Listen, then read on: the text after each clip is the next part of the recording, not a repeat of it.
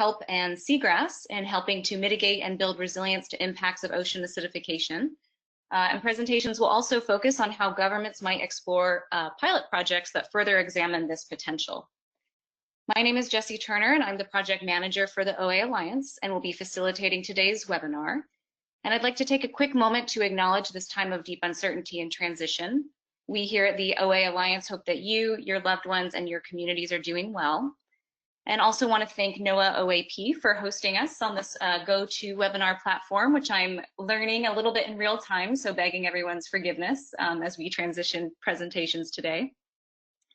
And also thank all the presenters who are here and taking time out of their afternoons and likely juggling many other responsibilities like we all are at home, and really appreciate your time. So the webinar will be recorded for our friends around the world that could not tune in, and will be made available on our website along with follow-up materials later on. So for those of you that are new to the Alliance as members or as partners, I'll begin with a very brief overview of our work before introducing today's agenda and speakers. So the Alliance was launched in 2016 and brings together governments and organizations from across the globe dedicated to taking urgent action to protect coastal communities and livelihoods from the threat of ocean acidification and other climate ocean impacts. Together, members of the Alliance are elevating urgency and ambition for climate action, integrating ocean into climate commitments, policies, and multi-governmental frameworks, particularly the UNFCCC, as well as the UN Sustainable Development Goals that deal with climate and ocean. And increasingly, we are translating knowledge into policy action. Since our launch, we have grown from about, to about 100 members, and we are still growing. We have a strong mix of national, state, municipal, and sovereign tribal, indigenous, and First Nation governments, along with many dedicated affiliate partners like NGOs, industry leads, local academia, and monitoring networks. The Alliance calls for the creation of OA action plans by member governments and interested affiliate members, which are meant to describe real, tangible actions that government and affiliate partners will take or are taking to better understand and respond to the threat of ocean and coastal acidification. One example that we are encouraging our members to explore in these action plans include the role that submerged aquatic vegetation might play in remediating the impact of ocean and coastal acidification, which of course is the topic of today's webinar. So just to note that, let's see here. To note that today's webinar builds upon previous presentations that we hosted back in 2018, focused on measuring potential benefits of kelp in Puget Sound, seagrass and kelp as an OA mitigation tool in California, mangroves, coral gardens, and ecotourism in the United Arab Emirates, and city actions to advance blue carbon pilots. And this video from these past presentations in 2018 are available on our website. And so before we launch into today's presentations, I thought it would be fun to just give a quick update on one of those presentations from California. So the 2018 report that we heard about back in 2018, let's see here, sparked legislation to fund a research pilot examining the role seagrass plays in remediating impacts near shore. And since that time, monitoring is now occurring inside and outside seagrass meadows in 6 estuaries to assess whether seagrass can ameliorate pH stress through changes in seawater carbonate chemistry, and to assess whether seagrasses can store carbon underneath their sediments and act as carbon sinks. The pilot is showing that seagrass ecosystems have a significant effect on pH, and seagrass sediment carbon sequestration and storage in California meadows are comparable to values from other temperate seagrass meadows. Results are now being submitted for publication, and future work will examine the effect OA amelioration has on species that are most vulnerable to OA, and will further investigate how carbon is being deposited and stored in seagrass sediments. And of course, we'd love to host folks from that project back to give a full report out in future webinars going forward. So today's agenda, we have a great lineup of speakers, and I just want to double check Dr. Nicole Price from Bigelow Laboratory for Ocean Sciences. Can you hear me okay? I can. Fantastic. So today's webinar will include Dr. Nicole Price from Bigelow Laboratory, Mr. Capital Mr. John Sloan with Port of Seattle, Mr. Tomohiko Tsunoda with the Ocean Policy Research Institute with the Sasakawa Peace Foundation in Japan, Dr. Derek Manzello with NOAA National Coral Reef Monitoring Program, and Dr. Stacy Baez with Pew Charitable Trust. And finally, just wanting to review some of the key questions that we will explore in our presentations today. So particularly, what is a halo effect and why is it important to understand its potential for co-cultivation of kelp and shellfish? Why is the Port of Seattle including blue carbon pilots to help meet its ambitious goal of becoming carbon neutral by 2050? And how will such a pilot be evaluated? How does blue carbon fit into Sasakawa Peace Foundation's 5-year program on OA, which is intrinsically linked to Japan's national ocean policy?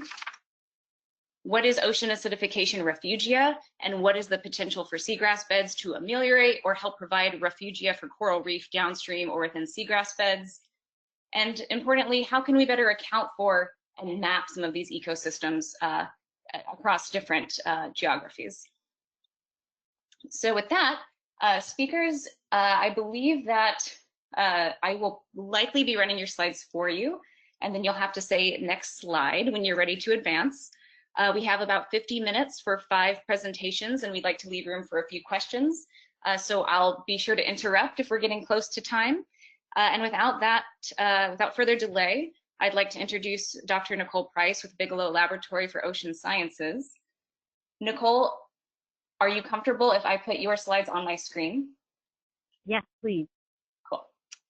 All right. Let's see if I'm comfortable with that.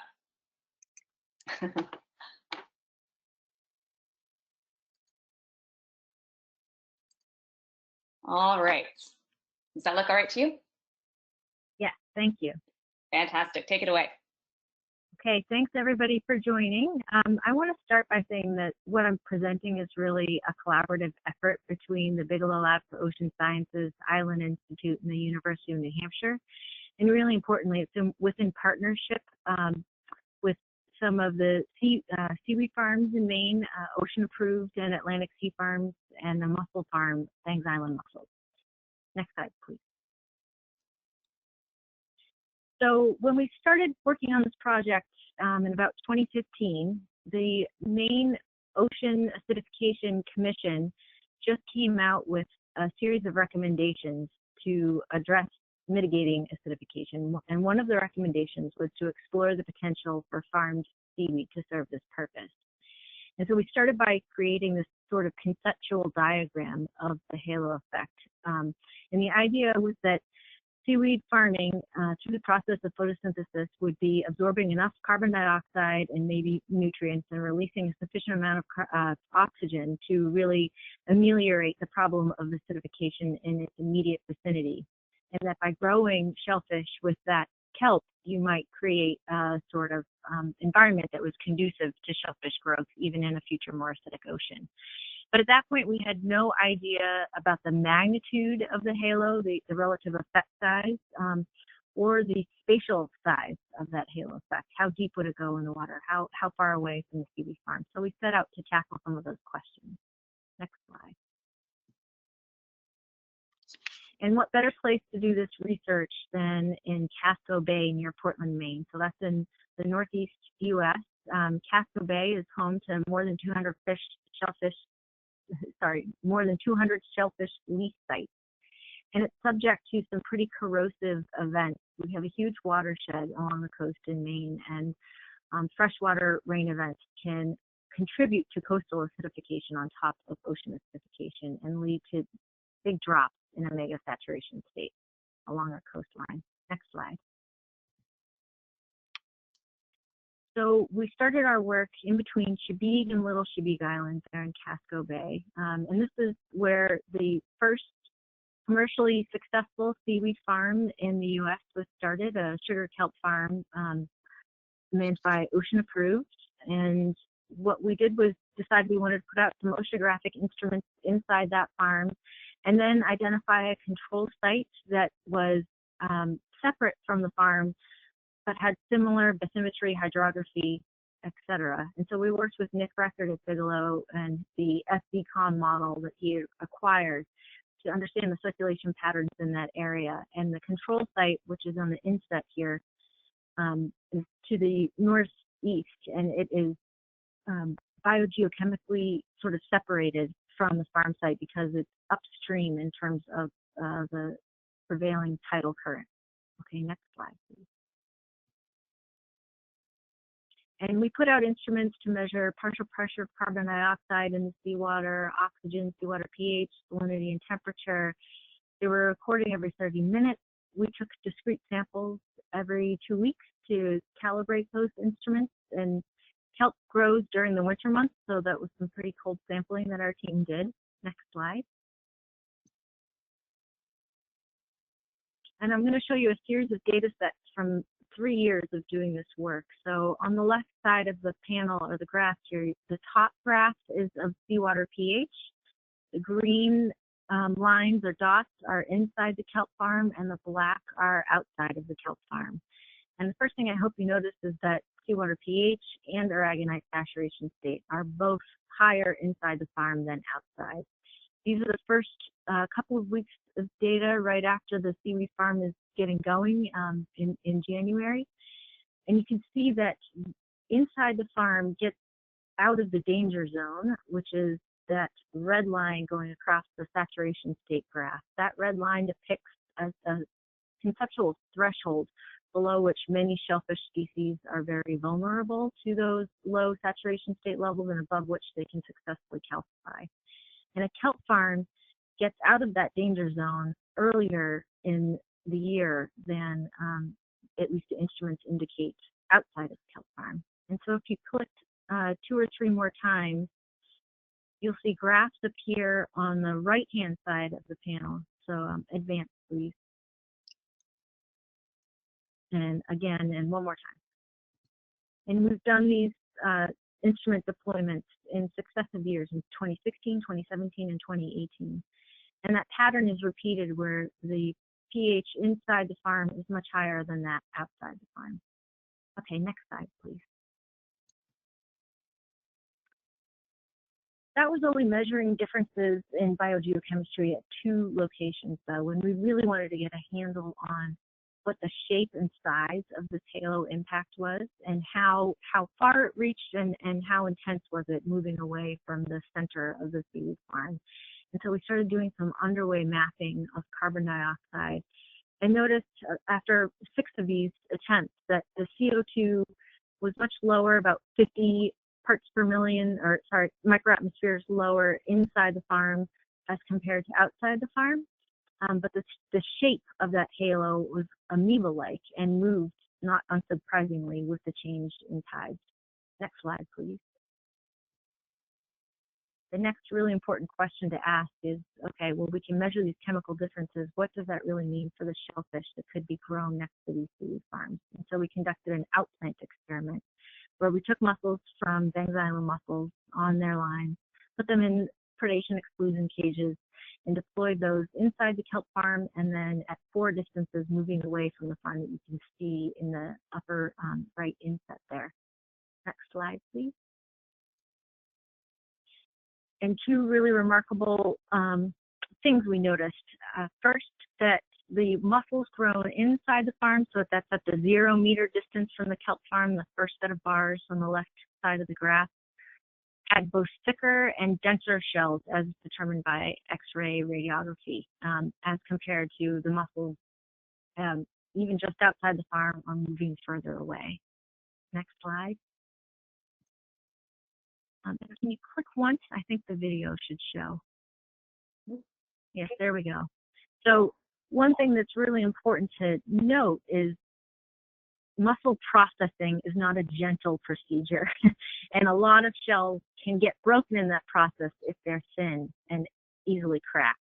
And so we had an undergraduate student working on this project who developed a sort of physical stress test for the mussel shells that we had outplanted to determine how easy they were to break using some pressure paper. And she found that the mussels that were grown inside the farm were far more resistant to cracking than those outside the farm. And this means a lot to shellfish aquaculturists in terms of preserving product quality and getting higher yields. Next slide, please. So our next step, if you, I animated this, sorry, just click through. First is to determine the underlying mechanisms behind the co-culture benefits. Is it really the change in biogeochemistry? Are there some kelp detrital subsidies that are helping to feed the mussels that can also yield the results that we found? We'd like to study whether or not carbon burial can be detected in the sediments below a kelp farm. And we want to test this phytoremediation or halo concept at sites with different hydrodynamics, and then use the information to advise on operational design of co-cultured kelp and mussel farms to maximize the mussel resilience to ocean acidification, improve yield, decrease time to market size, and add another revenue stream from the kelp itself. And then my last slide, please advance forward. Oh, sorry, and to explore nitrogen bioextraction. How are these results being used and disseminated? I think there's 4 dots here. The first is that I've just hired a new postdoc, Aurora Ricart, who is working hard at work developing 4 manuscripts in preparation for peer review. Next. We are trying to identify early adopter aquaculture who are going to use these results to inform leaf co-cultivation design. Keep going. And then several of the collaborators serve on the Science and Tech Subcommittee of the Maine Climate Council. We advise for the blue carbon strategy for Maine. And last dot, I also serve on the, if you click one more time, I also serve on the Seaweed Fisheries Advisory Council for Maine and the Seaweed Council, which are one's a political entity, the other is just a collaborative affiliation. So that's how we hope to share this information and get it implemented broadly. Thank you for listening. Thank you so much, Dr. Price. That's a great presentation, and we are excited to hear from you today, and hopefully you'll be able to stick around for questions at the end if there's time, or folks can follow up with you directly. But it's a great presentation and appreciated. All right.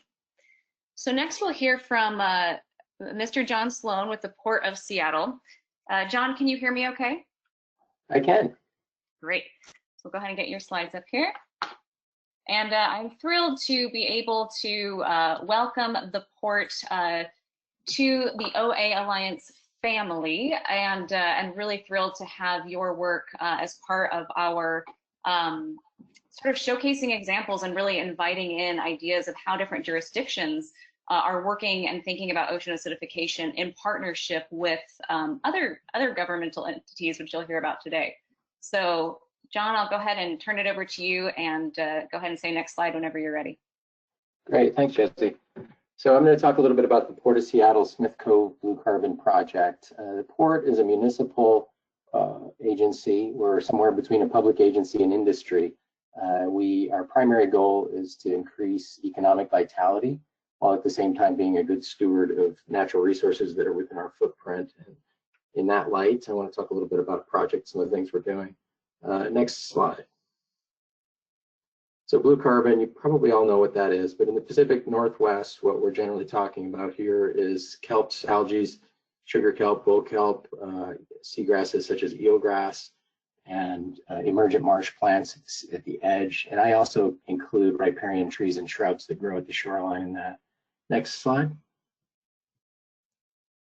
Well, I get asked a lot as I manage our habitat restoration program why the Port gets involved in this kind of work. And historically, it's mostly been to offset impacts of our developments along the shorelines. We often will do restoration for the community in conjunction with their help. And more recently, we started a mitigation bank where we do habitat restoration, including blue carbon work, in order to generate credits that we can sell to others who need them to generate revenue. And then we also are starting to look at it as a way to adapt to climate change, as part of our mitigation and adaptation strategies. And that includes creating these halo areas or refugia areas from OA. Next slide. So we have, in addition to our commercial real estate and waterfront infrastructure, we have 30 fish and wildlife habitat sites, some parks, and 15.4 miles of shoreline that we manage. This is really an incredible portfolio of natural assets that are in our footprint. Next slide. One of our problems is a lot of the shoreline that we manage looks like this. It's paved as vertical bulkheads or riprap. It's quite sterile, it's quite carbon poor. Mineral soils and that sort of thing is a legacy of industrial development. Next slide. For the last 20 years or so, we've been converting a lot of these shorelines into more carbon-rich environments, mostly as habitat restoration actions, but we started to realize that by restoring shorelines for fish and wildlife, we also are increasing carbon storage in the landscape and creating water quality benefits at the same time. Next slide. So you have a carbon poor shoreline that looks like this, very common on the Duwamish River in our footprint, or Elliott Bay. Next slide. Which we're converting to more carbon-rich shorelines. And this is at our Terminal 8 on the Duwamish River. We did this a couple of years ago. Now these trees at the shoreline are 30 feet high. You see large wood installed in the shoreline that's anchored in seagrasses, rushes, other species that are popping up now. This is a really successful project. It's storing carbon and improving the resilience of the shoreline. One thing I want to mention here is we've designed these so that that lower course of logs you see is at the mean higher high tide line. That's the average high tide. We've created a second tier of logs or sort of natural armor 3 to 5 feet above that, which anticipates sea level rise, so that we're creating a shoreline that can actually adapt to sea level rise as it grows. Next slide. Through these pretty quickly. So this is another terminal, it's about a quarter mile away. Again, this was a paved area that we removed the pavement, created this feature, which is much more carbon rich than what was there previously. Next slide.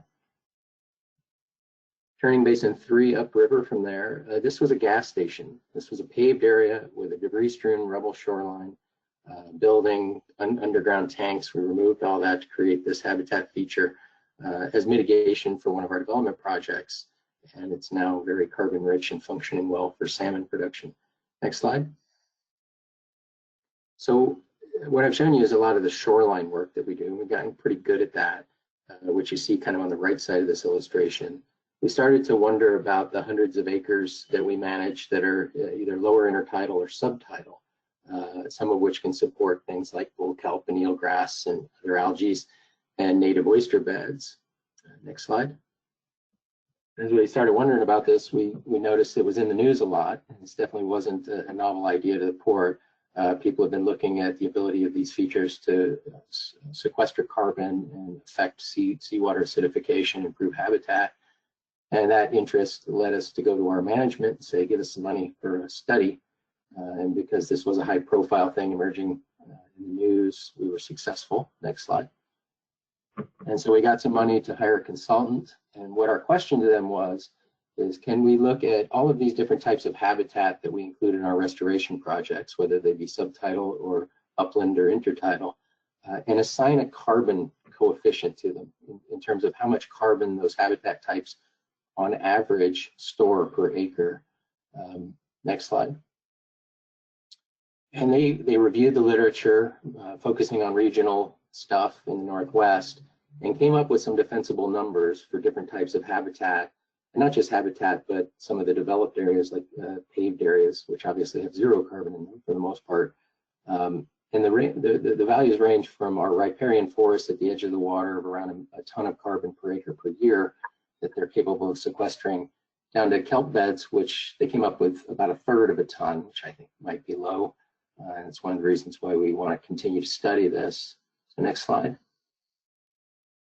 And it's a bit of a tangent, but we're at the same time mapping all of our footprint along the Duwamish and Elliott Bay and other water bodies that we exist in, and coming up with value, or we're digitizing these different habitat types and using those values the consultants produced to come up with a total carbon sequestered in the environment number for the port, at the same time mapping the condition of the shorelines.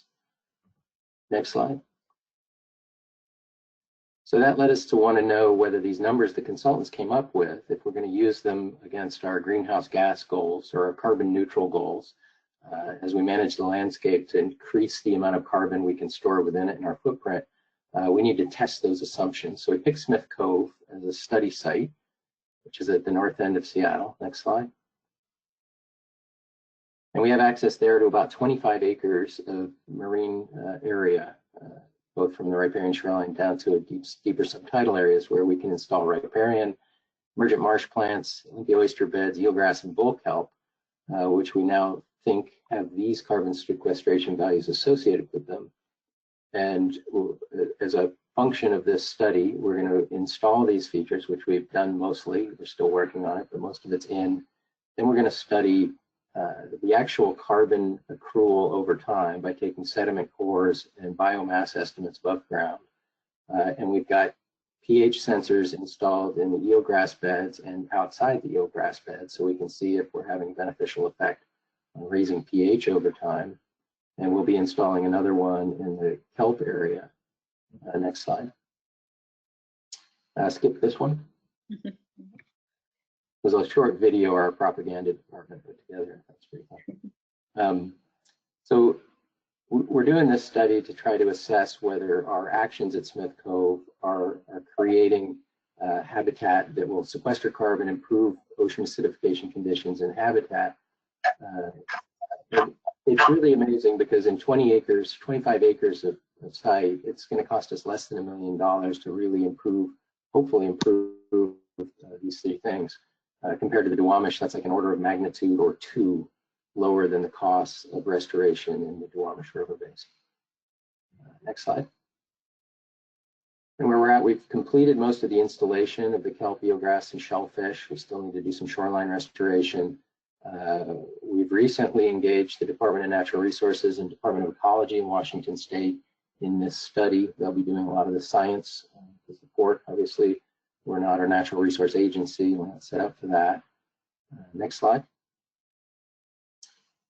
And starting this summer, we'll be doing the study. We've already collected some baseline data. We're working with these partners to continue to monitor pH on the site, to take these sediment cores and evaluate the accrual of carbon. We're going to adaptively manage and add more kelp and oysters and eelgrass as we go.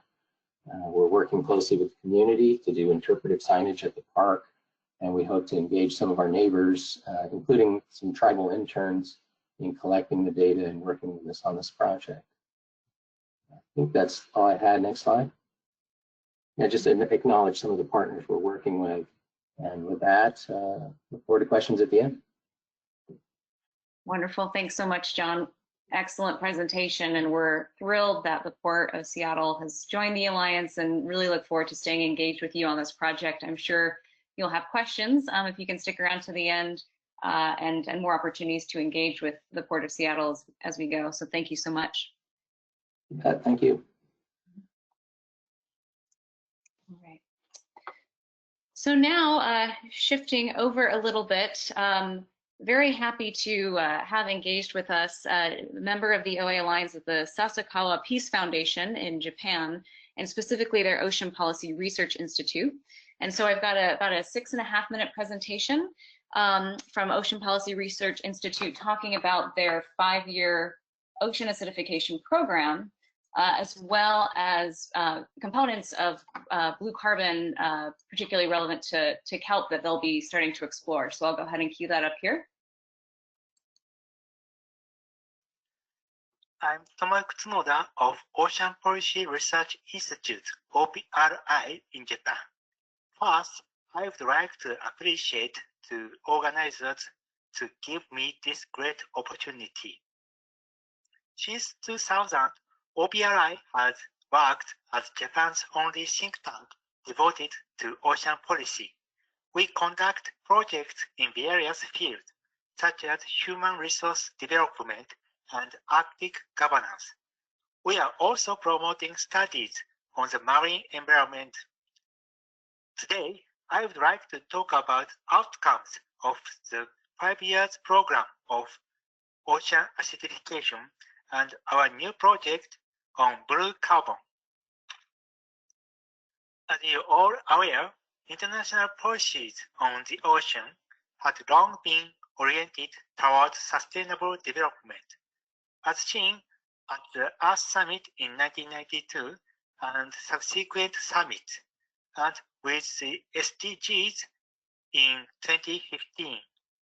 OPRI measures contribution to the enactment of Japan's Basic Act on Ocean Policy in 2007 helped bring about the country's alignment with this worldwide trend toward sustainable use.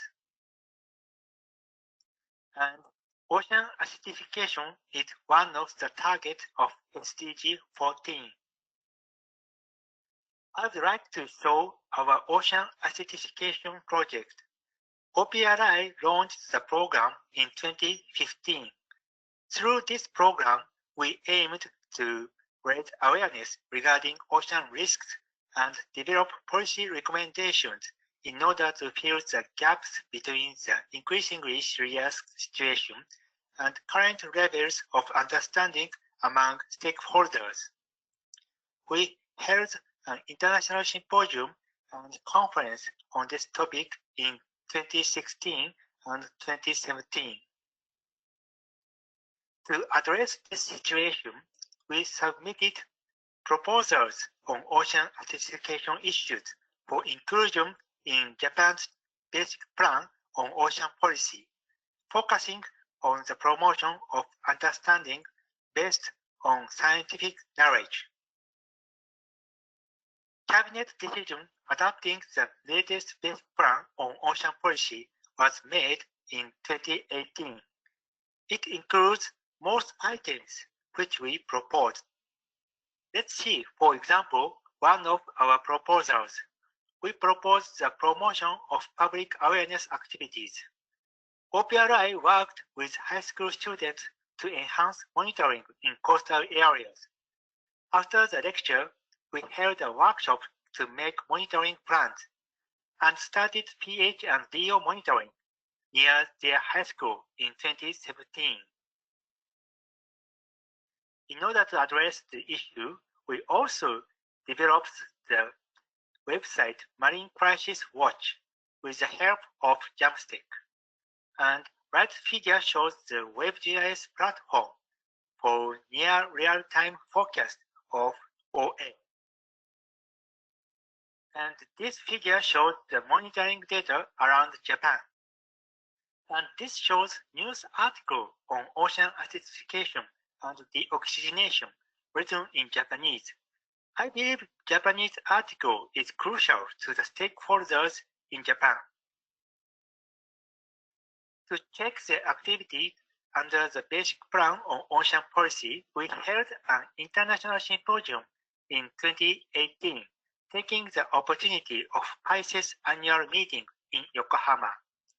Because the monitoring network of the North Pacific region is not sufficient under GOA-ON, we discussed the possibility that PICES could play the role. In 2019, we published our results. One of them is a paper on coastal monitoring. In Japan, 1,500 sites had been monitored for over 30 years for the purpose of water quality management. Although the accuracy is insufficient, by analyzing the data as big data, we are able to examine the long-term pH trends. The result provides suggestions regarding the monitoring of public participation, which will increase in the future. Though 5 years program was ended, we plan to continue our Marine Crisis Watch website with reducing functionality. Now, I would like to show our new project on blue carbon in Hayama. Hayama, about 50 kilometers away from Tokyo to southwest, is one of the coastal areas used by multiple stakeholders, such as fishermen, divers, and others who enjoy marine recreation activities. OPRI started working with a private marine research laboratory, local NGO, and stakeholder group last year. For the past 5 years, it has been reported that aquatic flora has been disappearing, such as seagrass. Multiple reasons have been cited for the cause of aquatic plant disappearance. They include the seawater temperature rise, increased typhoon impact, predator species outbreak, and so on. Local scientists and volunteers undertake conservation activities. While monitoring of the marine environment and the restoration of aquatic plants continue to be undertaken, analysis is conducted on the data related to marine environment and meteorological monitoring. One of the observations is that the water temperature didn't drop in winter for the past 3 years. Maximum wind velocity is also rising, as it might have caused stronger waves and damaged aquatic plants. Monitoring of multiple causes will continue to be undertaken for effective conservation and restoration of aquatic plants in Hayama. Thank you very much. Great. Well, Tomohiko couldn't be here with us in person today. It's almost 4 in the morning in Japan, and so we are really grateful to have this contribution, and we'll provide opportunities to follow up with Sasakawa Peace Foundation and Ocean Policy Research Institute and materials that are relevant to that presentation. All right, so switching gears, we've got 2 more presentations that will be more focused on coral reef ecosystems. And so very happy to have Dr. Derek Manzello with NOAA National Coral Reef Monitoring Program. And Derek, I think I'm gonna try and make you, let's see here, see if I can pass over controls to you, or it's already done. There you go. Cool, you can see my screen and hear me all right? Yes, I can. Awesome. All right, I'll go ahead and get started. So I'd like to thank Jesse and Nicole Price for inviting me to contribute to this webinar. So much of what I will talk about today is from a paper that was published in 2000. Let me see here, my animation is being a little weird. Okay. Much of what I will talk about today is from a paper published in 2012. If anything I say isn't clear, if you're interested further, you can refer to that paper or contact me afterwards. So I'd like to start by giving you a little background on the Florida Reef Track.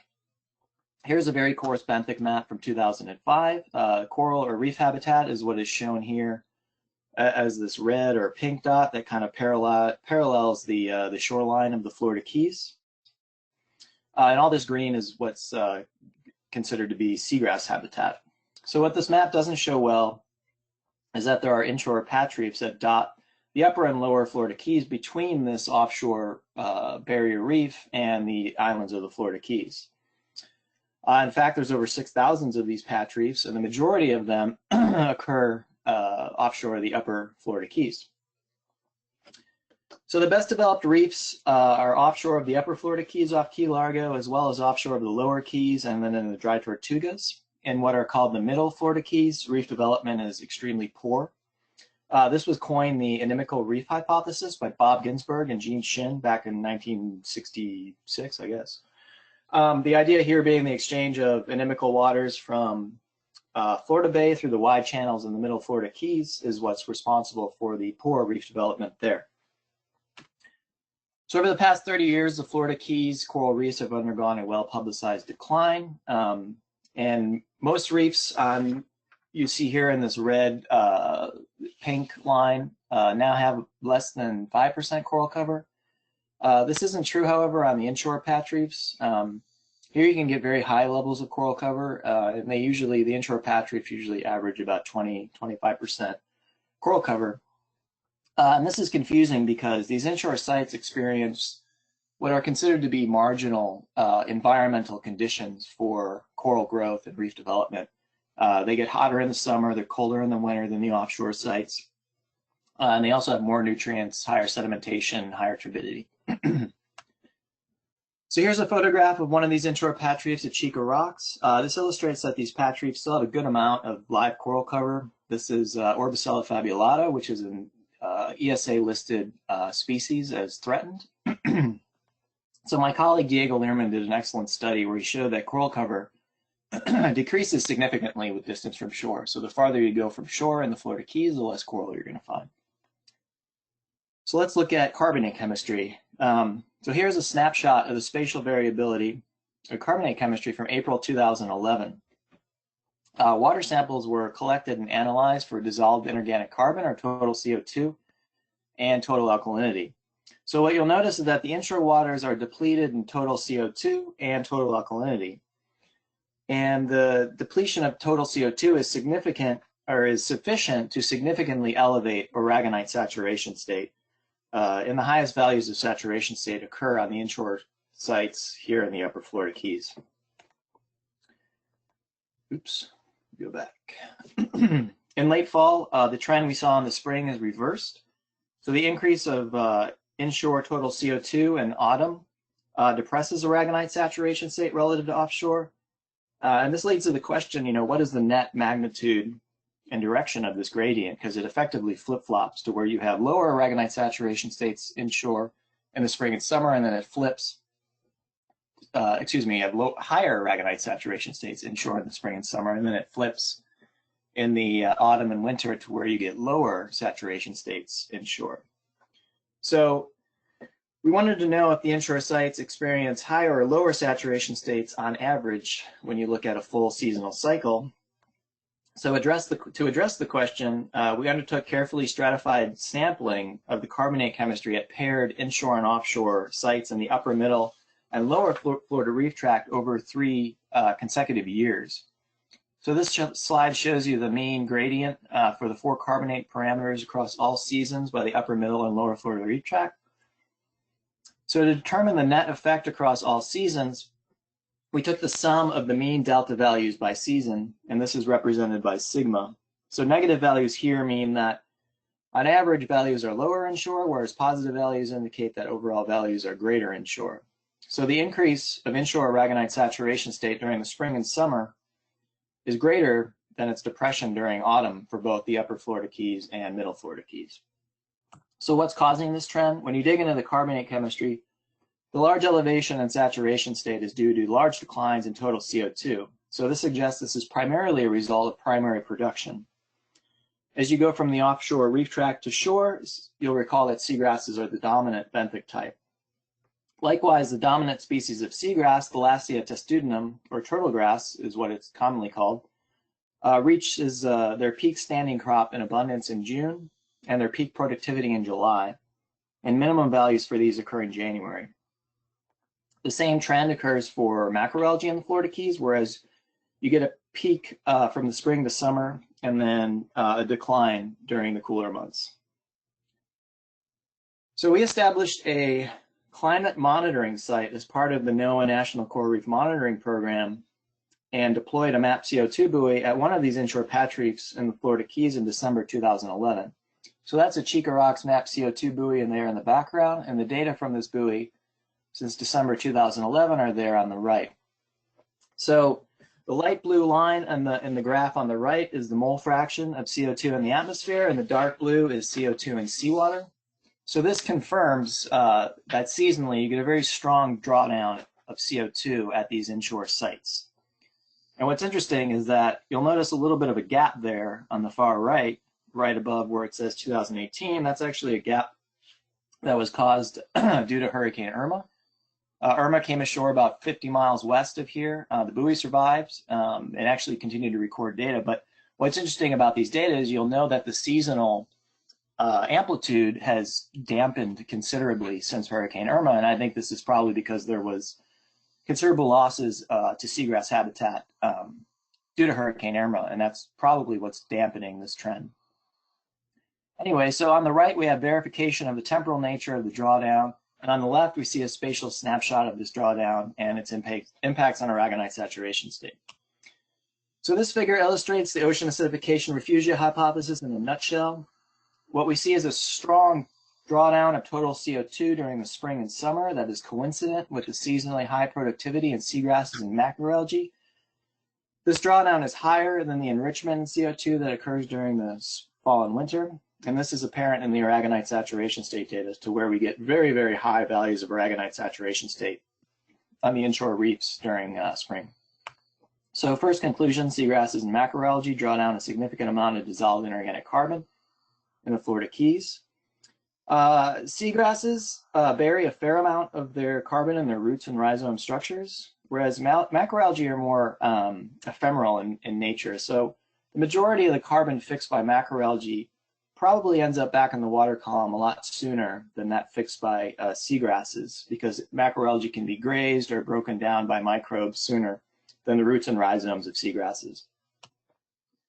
Seagrasses are CO2 sinks and they're not autotrophic. Another interesting thing is that seagrasses are carbon limited, whereas only some of the macroalgae are carbon limited. What this means is that seagrass productivity is stimulated with ocean acidification, whereas some macroalgae will probably be stimulated and others probably won't. So for instance, seagrasses exposed to high CO2 conditions for a year had increased reproduction, rhizome biomass, and vegetative growth of new shoots, and this could represent an actual potential positive feedback to the ability of seagrasses to serve as ocean acidification refugia. So if we look at net carbonate production across the Florida Keys reef tract, we can see that the patch reefs have the highest values of net carbonate production, whereas nearly all the other reef types in the different region of the Florida Keys are net erosional. So these are the only sites in the Florida Keys that are still maintaining positive accretion. So this image shows you a large colony of Orbicella fabulata at Chico Rocks that was fully bleached in 2014 and then recovered in 2018. So this colony is about 2 meters tall or 6 feet tall, and it's at least 200 years old based on growth rates of the species at this site. So what we found is that the inshore sites are highly bleaching resistant and resilient. Coral growth and reef-wide carbonate production are resilient to warm water stress, but also cold water stress, which can happen periodically in the Florida Keys in the winter. And coral growth and calcification are higher inshore, despite the suboptimal environmental conditions. So in conclusion, seagrasses may create OA refugia. The reefs on the Florida reef tract that have shown the most resilience spatially co-occur with these locations where you get very high saturation states of aragonite. And we suggest that the favorable carbonate chemistry conditions on the inshore patch reefs should be considered as a potential factor in their high resilience. And I'd like to thank NOAA's Coral Reef Conservation Program, Ocean Acidification Program for funding the project, and also the Moat Protect Our Reef license plate grant that provided seed money back in 2009 that initiated this study. And thank you. Great, thank you so much, Derek. Excellent presentation and contribution. And I think to end here, and then we'll see if there's time for a couple questions in the chat box. I'd like to introduce Dr. Stacy Baez with Pew Charitable Trust. Stacy, can you hear me okay? Yep, hear you loud and clear. Oh, lovely. Okay, and let's see if I can grab your presentation here. So we'll hear from Pew Charitable Trust about a project they are taking on in Seychelles, thinking about how to map seagrass and what the potential benefits of that type of mapping could be. So Stacy, go ahead, take it away. Thanks so much, Jessie, and thanks to the OA Alliance for having me on today. I hope everyone is doing well under our current circumstances. So I managed a science portfolio for the Coastal Wetlands and Coral Reefs project at Pew, and we're supporting 3 countries, Costa Rica, Belize, and Seychelles, to help them include the protection of a coastal wetland as part of their commitment to the Paris Agreement. So as Jessie mentioned, I'm going to talk about the seagrass mapping project that we have in the Seychelles. Next slide, please, Jessie. Before I jump into seagrasses, I just wanted to give an overview of the marine ecosystems that are recognized by the IPCC, the Intergovernmental Panel on Climate Change, for their contribution that they can make to the goals of the Paris Agreement. So these are mangroves, salt marshes, and seagrass beds. These 3 ecosystems store disproportionately more carbon in their underlying soils than some of the other vegetated ecosystems that we have on our planet. This carbon can be measured and monitored, and there's typically management policies in place to manage these 3. So they make them really suitable for climate policies. Next slide, please. This is an image that I stole from the Blue Carbon Initiative, and I just wanted to show, compared to boreal and tropical forests, that mangroves, tidal marshes and seagrass meadows store a lot more carbon per acre, per hectare actually, than these other systems. So the dark blue band on the bars represents below soil carbon, well, soil carbon, and the light blue represents above ground living biomass. And you can see for seagrasses, upwards of 90% is stored in the soil, and that soil carbon can remain there for decades, up to centuries in some cases. So when we think about these ecosystems in terms of climate, we have to think about them not just for protecting intact systems, but also restoring, because once mangroves and seagrass meadows become degraded, that carbon can be oxidized and then remobilized back into the ocean or into the atmosphere. Next slide, please. So moving to seagrasses, while they can help us mitigate, they can also help us in our adaptation to the impacts of climate change.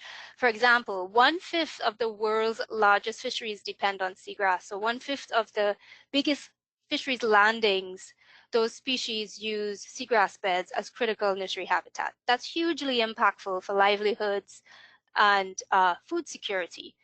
Seagrass provide flood protection and shoreline stabilization, as John mentioned in his previous slide.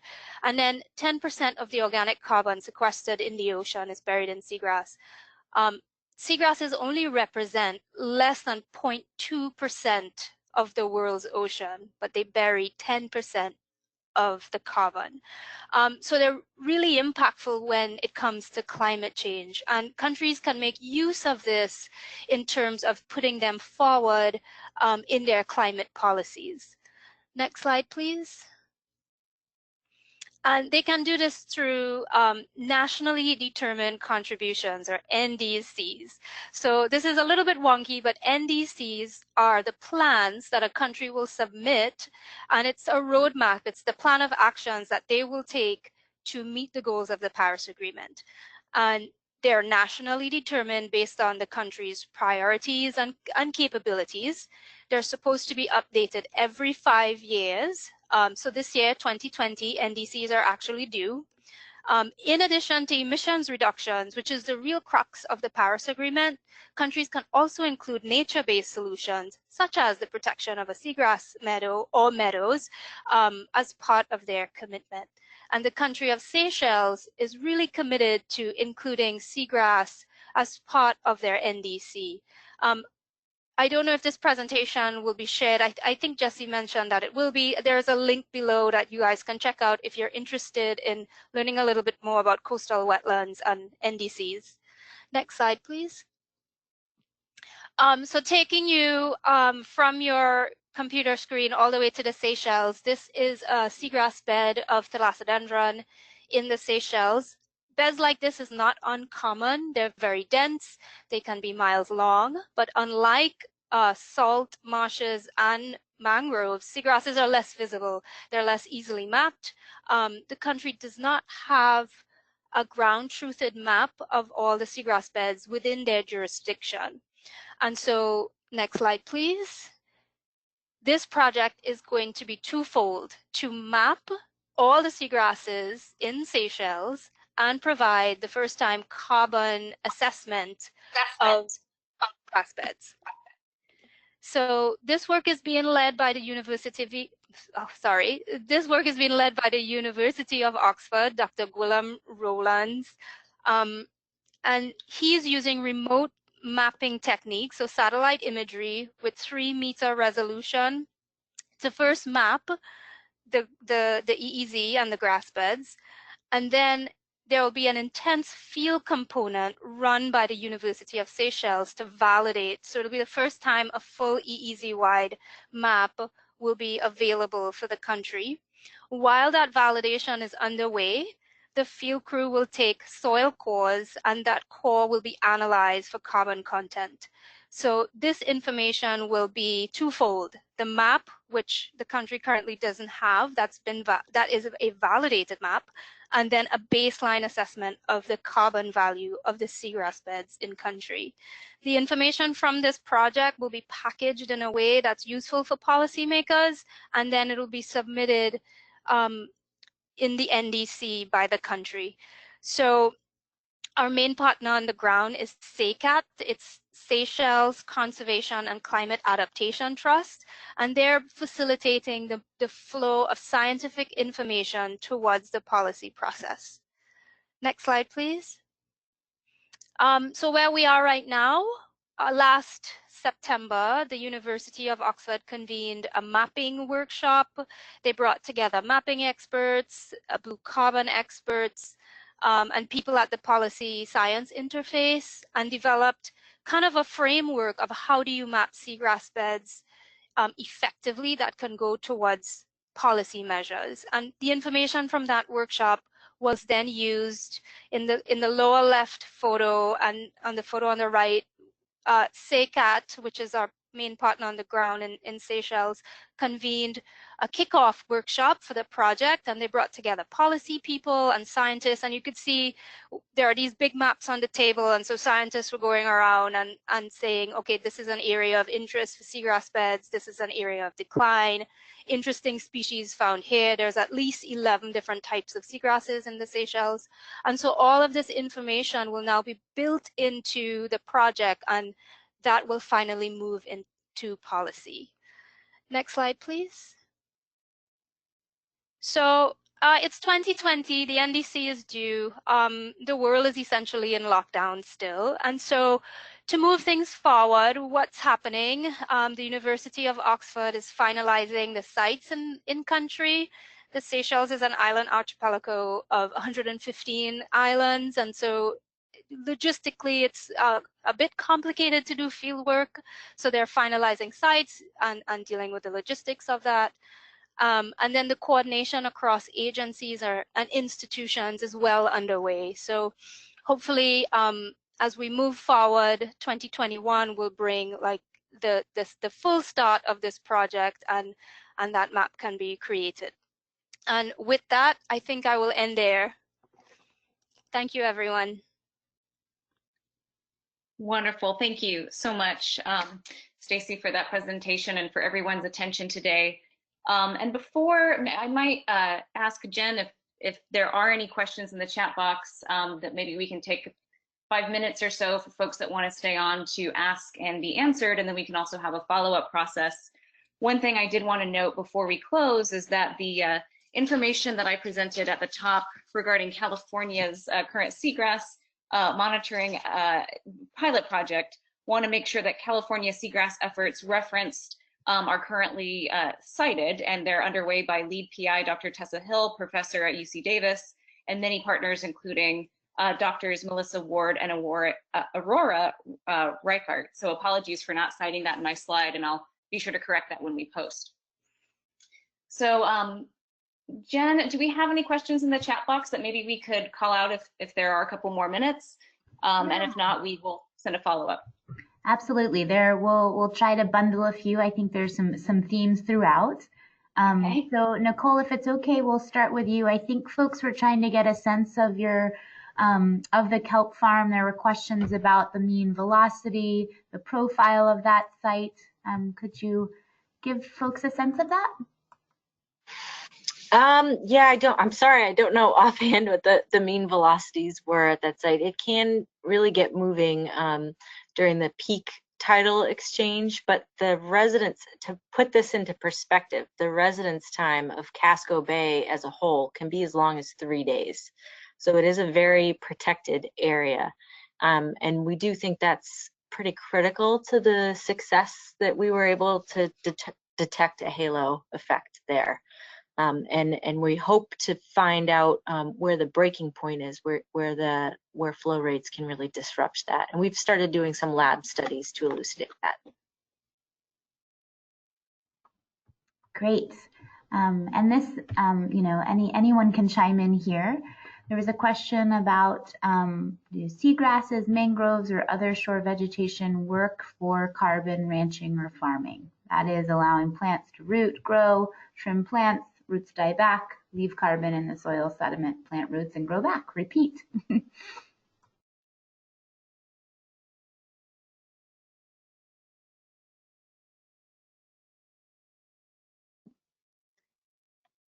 Was that question for me? Sorry, or for anybody on the panel? I think anyone on the panel, but Nicole, if you'd like to start. Yeah, it's a little different for seaweeds.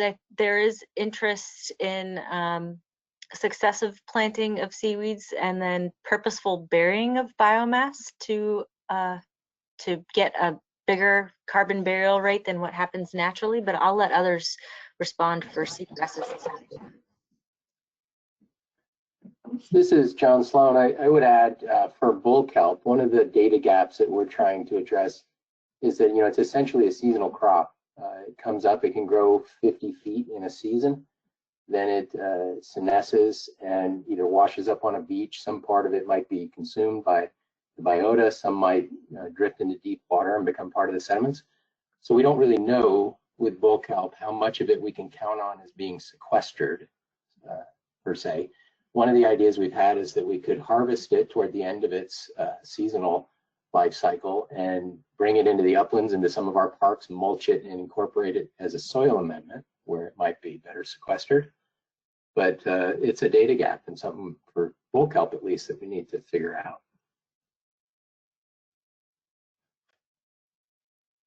Great, thank you both. We'll shift gears, I guess.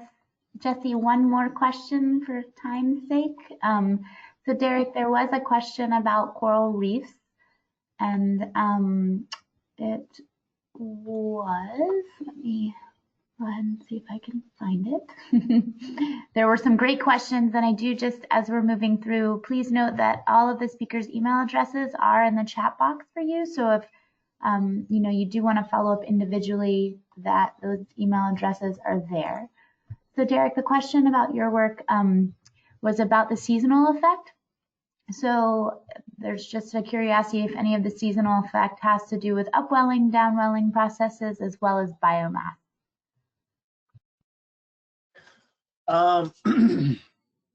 So basically the Florida Reef Tract, the environment from that offshore barrier reef to shore tends to be very shallow.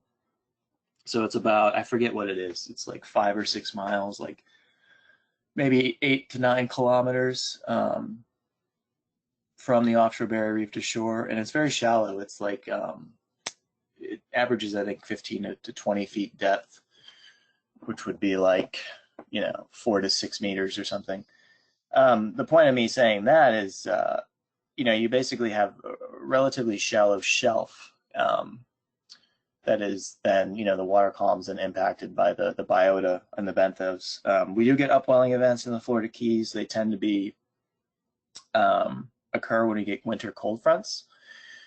So you get we get cold fronts, I think maybe once every 2 weeks, once a week during the winter time in Florida. And then essentially just, the wind blows from the north to south and pushes waters offshore and you get upwelling. We didn't really see much of an upwelling signature in our data, nor we don't really see any upwelling signatures that we can identify in the buoy data. So in terms of, hydrodynamics and physical oceanography, it appears that most of the change is due to the biomass and the seasonal shifts in the rates of productivity.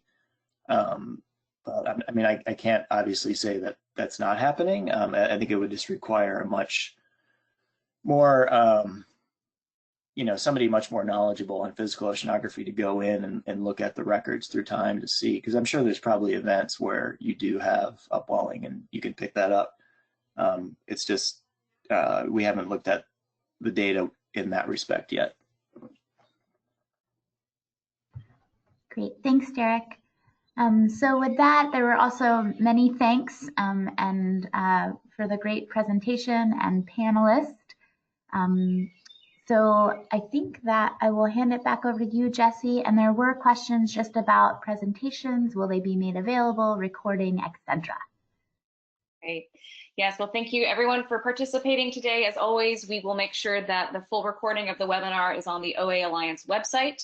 And we will send a follow-up email to you all to get your further feedback, priority topics for future webinars, as well as any questions you might have following up for the presenters. We'll also make sure that any applicable attachments, handouts, videos, are present with this webinar recording, and we'll have proper citations throughout. So thank you so much for your time today. Really appreciate it, and always great to be with this OA Alliance and OA community broadly.